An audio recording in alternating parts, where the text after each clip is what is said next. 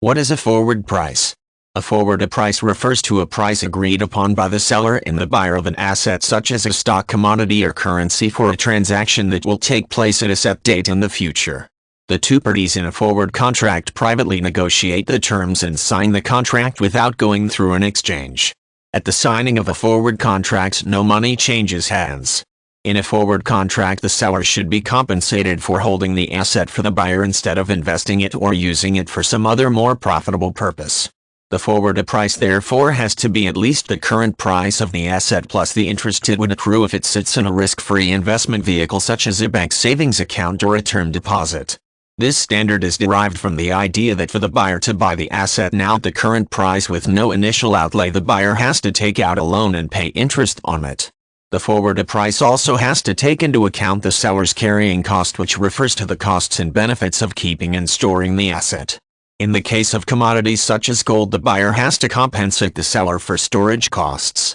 Carrying cost also can be negative, which means that the seller benefits from keeping the asset. For example, the seller could gain interest from currency, earn dividends from stocks, or be protected from shortages in the case of oil or other fuels. Signing a forward contract means entering a zero-sum game where the amount of money won or lost is always equal. For example, if the forward price is $50 US and the market price turns out to be $55 US on the specified date, the seller has to provide the item for $50 US. In this case, the seller loses $5 US, which is the same amount of money that the buyer essentially wins. Investors and speculators can use forward contracts to benefit from price fluctuations. Forward contracts also can help a person or a firm hedge risks that originate from price fluctuations. For example, a multinational company that worries about exchange rate fluctuations can use a forward contract to lock in an exchange rate and protect itself from unfavorable fluctuations.